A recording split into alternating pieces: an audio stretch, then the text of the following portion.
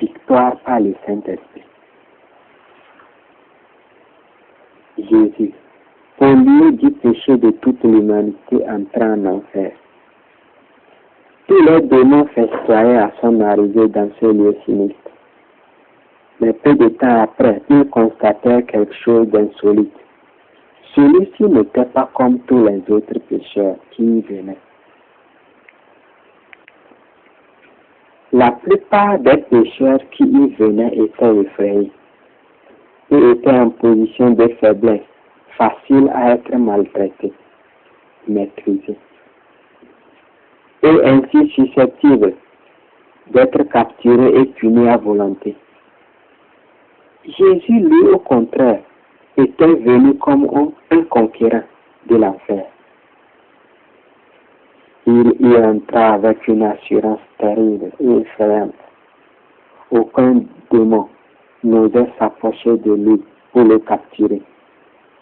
Il marcha vers les âmes qui s'étaient rebellés envers Dieu au jour de Noé, prêcha et délivra du pouvoir de l'enfer ceux qui ont cru à la vérité.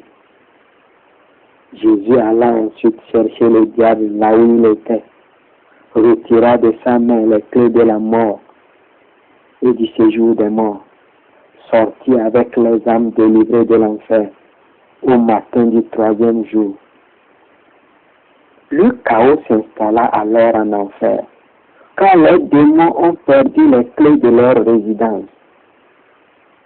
Si l'esprit de celui qui a ressuscité Christ d'entre les morts est en nous, celui qui a ressuscité Christ d'entre les morts nous donnera la même assurance, la même autorité, la même puissance, par son esprit qui réside majestueusement en nous.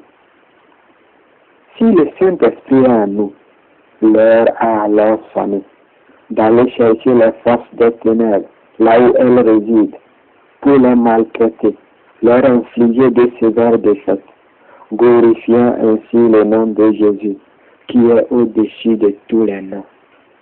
Amen.